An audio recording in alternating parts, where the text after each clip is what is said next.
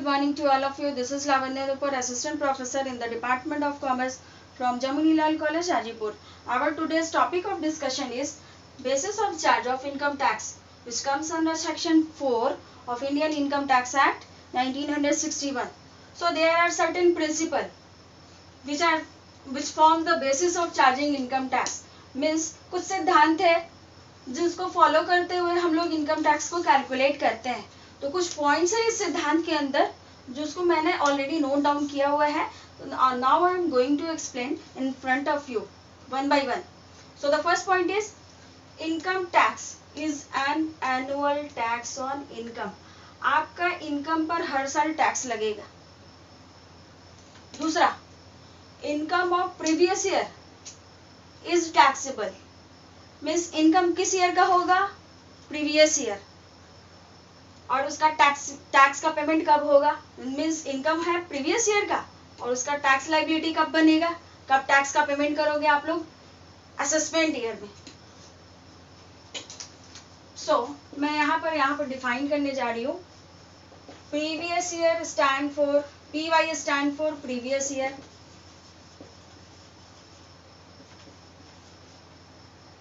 Section 3 of Indian Income Tax Act, and AY is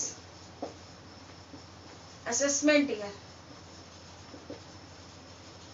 which comes under Section 2 subsection 9 of Indian Income Tax Act 1961. So दोनों का duration 12 months का होता है. इसका भी duration 12 months का होगा, इसका भी ड्यूरेशन 12 मंथ्स का होगा.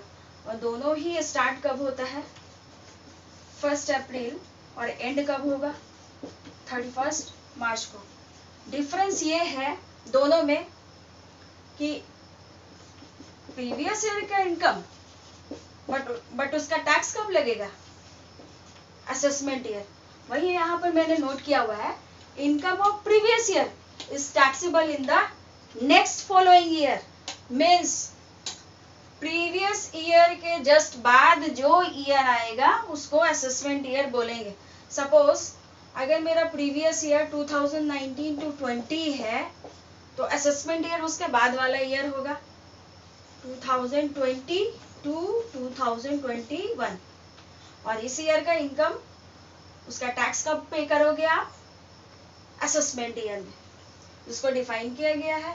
यहाँ पे मैंने सेक्शन ऑलरेडी नोट किया हुआ है. Third point is tax rates are fixed by the annual finance act. Means जितना टैक्स आपको पे करना होगा 10%, 20%, whatever be the rate is fixed by the annual finance act. अब ये annual finance act होता क्या है?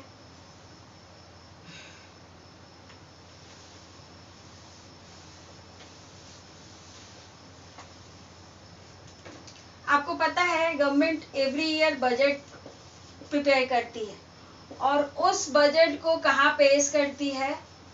पार्लियामेंट में. इसलिए इस बजट के सेशन को पार्लियामेंट बजट सेशन कहा जाता है. और ये बजट सेशन जो गवर्नमेंट लाती है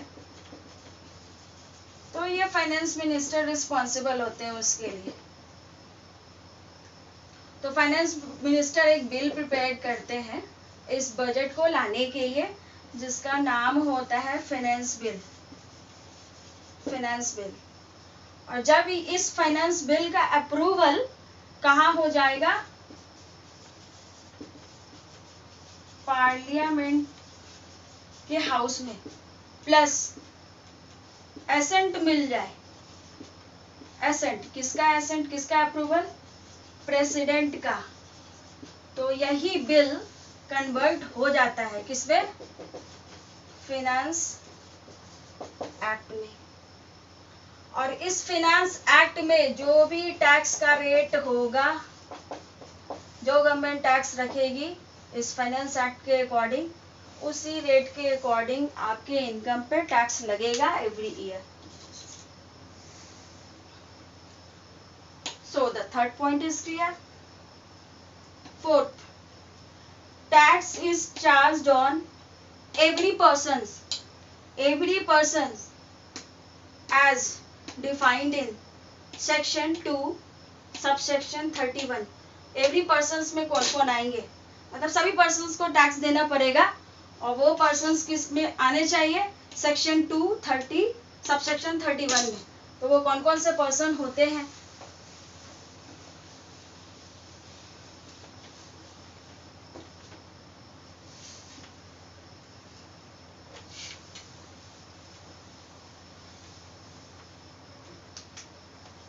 Persons has been defined in section 2 subsection 31 of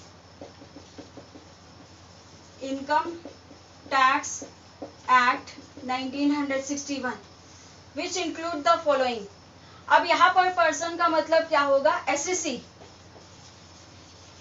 SSC क्या होता है, SSC are also known as tax payers, means जिनको टैक्स देना है वो एसएससी कहलाएंगे। They are known as tax payer, means a person on whom, means a person who are supposed to pay tax, मतलब जिसको टैक्स का payment करना पड़ता है वो एसएससी कहलाते हैं। और हमें पढ़ना है यहाँ पे tax is charged on every person as defined in section 2 subsection 31। तो यहाँ पे पर्सन में सबसे पहले कौन आएंगे, एक individual and individual. Next HUF means Hindu undivided family, ये एक सेपरेट बिजनेस एंटिटी होती है और इनके इनकम पर भी टैक्स चार्ज किया जाता है। Third, a firm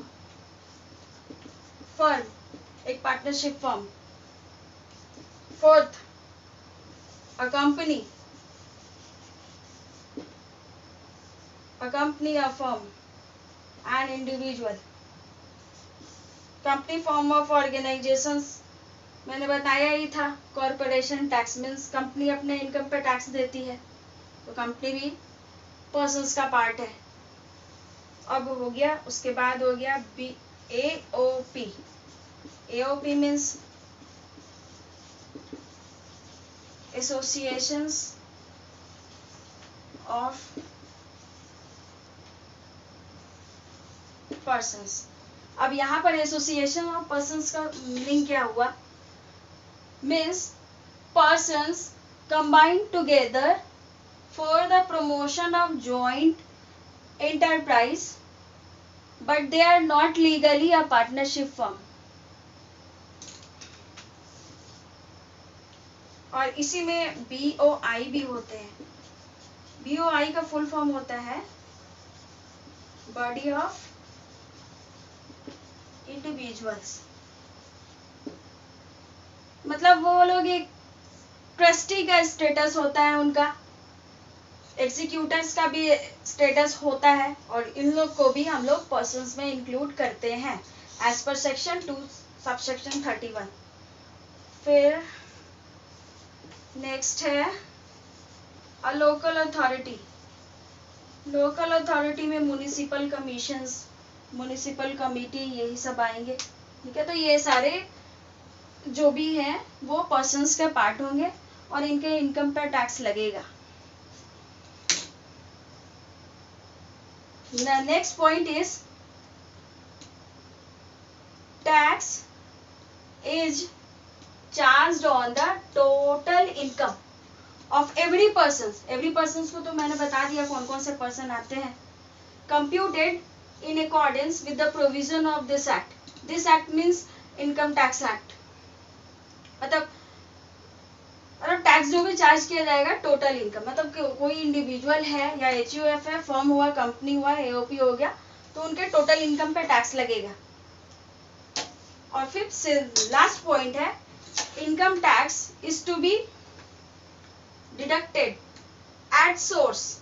deducted at source means TDS, tax deducted at source, मतलब जो टैक्स ऑलरेडी जो एम्प्लॉयर काट लेती है इनकम पे उसको बोलते हैं TDS। or sometimes paid in advance as provided under the provision of the act. तो TDS का भी बहुत सारा रूल है और एडवांस टैक्स का भी बहुत सारा रूल है. इसको मैं सेपरेट क्लास में आप लोग को समझाऊंगी. So